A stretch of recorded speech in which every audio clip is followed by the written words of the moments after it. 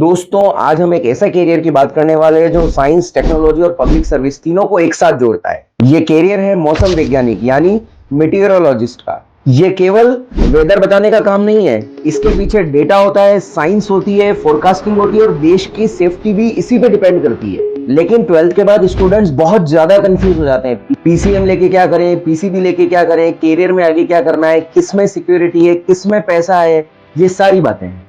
आज की वीडियो में मैं सारी चीजें आपको बिल्कुल सिंपल, ऑनेस्ट और प्रैक्टिकल अप्रोच के साथ समझाऊंगा। कंफ्यूजन तो दूर होगा ही होगा, डायरेक्शन भी क्लियर हो।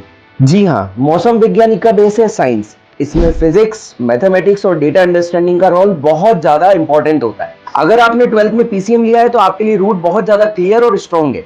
लेकिन अगर आपने पीसीबी लिया है तो भी पॉसिबल है। आपको सब्जेक्ट एलिजिबिलिटी को केयरफुली चेक करना पड़ेगा। अगर आप पीसीएम से हो तो ग्रेजुएशन के लिए आप मैं जो कोर्सेज बता रहा हूं उनको देख सकते हो। BSc physics, BSc mathematics, BSc statistics, BTech in environmental engineering, civil engineering and computer science engineering. अगर आप डेटा और फोरकास्टिंग साइड में इंटरेस्ट रखते हो तो, लेकिन याद रखना मीटियोरोलॉजी में केवल डिग्री का नाम काफी नहीं होता है। आपको फिजिक्स और मैथमेटिक्स का अच्छा नॉलेज होना चाहिए क्योंकि वेदर फोरकास्टिंग में इक्वेशंस, मॉडल्स और एनालिसिस होता है। अब आते हैं पीसीबी स्टूडेंट्स पे, यहाँ सबसे ज्यादा कंफ्यूजन होता है। सिंपल बात है, केवल पीसीबी होने से मेट्रोलॉजी का रास्ता बंद नहीं होता है, बस हर कोर्स की एलिजिबिलिटी चेक करनी पड़ती है। लेकिन हर कोर्स में डायरेक्ट एलिजिबिलिटी नहीं होती। अगर आपने 12th में पीसीबी लिया है तो ग्रेजुएशन में आपको ऐसा कोर्स चूज करना है जिसमें कि मैथमेटिक्स और फिजिक्स का प्रॉपर बैकग्राउंड आगे के कोर्स के लिए एक्सेप्टेड हो। कई यूनिवर्सिटी मेटीरियोलॉजी, एटमॉस्फेरिक साइंस या रिलेटेड मास्टर प्रोग्राम्स के लिए या तो 10+2 मैथमेटिक्स मांगती है या ग्रेजुएशन में मैथमेटिक्स कंपलसरी करती है। पीसीबी स्टूडेंट्स के लिए रूल बिल्कुल सिंपल है। कोर्स चूज करने से पहले लाइन बाय लाइन आपको एलिजिबिलिटी चेक करनी होगी। अगर बीएससी प्रोग्राम में मैथ्स को इलेक्टिव सब्जेक्ट आप ले सको और आगे की यूनिवर्सिटी उसे एक्सेप्ट करती हो तो आपका रूट ओपन हो सकता है। तो कहने का मतलब यह है कि पीसीबी स्टूडेंट्स के लिए रास्ता तो ओपन है, लेकिन ब्लाइंड असम्पशंस बिल्कुल नहीं रखना है। ग्रेजुएशन के बाद अगर इस फील्ड में आप सीरियसली कैरियर बनाना चाहते हो तो मास्टर्स डिग्री बहुत इंपॉर्टेंट है। आपके लिए क्या क्या पॉसिबल ऑप्शंस हो सकते हैं? In atmospheric science, MSc in meteorology, MSc in climate science, MTech in atmospheric science और रिलेटेड अर्थ साइंस और एनवायरमेंटल साइंस प्रोग्राम्स। यहाँ पे एक सिंपल फॉर्मूला याद रखना है, ग्रेजुएशन बेस है, मास्टर्स स्पेशलाइजेशन है और स्पेशलाइजेशन ही आपको रियल कैरियर में एंट्री दिलवाता है। अब प्रैक्टिकल सवाल, एडमिशन कैसे मिलेगा?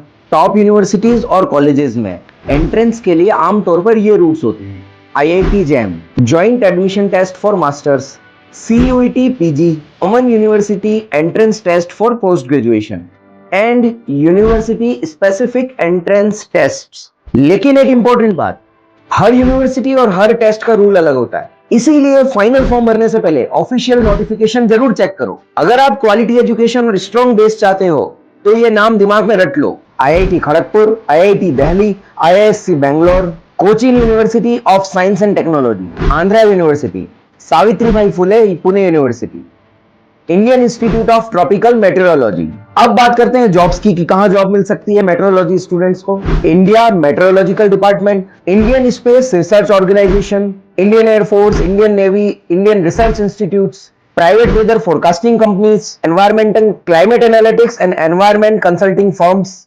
Renewable energy sectors. अब सबसे इंपॉर्टेंट क्वेश्चन, क्योंकि सब सोचते हैं इसके बारे में, सैलरी की बात। गवर्नमेंट सेक्टर में जो पैकेज होता है वो 12 to 20 लाख के बीच में होता है और अगर बात प्राइवेट सेक्टर की करें तो 8 to 12 लाख का पैकेज हो सकता है और अगर आप में स्किल्स और नॉलेज दोनों है तो ये पैकेज 15 लाख तक भी जा सकता है। मेट्रोलॉजी एक ऐसा फील्ड है जिसमें डिग्री के साथ स्किल्स बहुत ज्यादा जरूरी है। Data analysis, scientific thinking, problem solving, communication skills, observation power and computer tools की बेसिक अंडरस्टैंडिंग।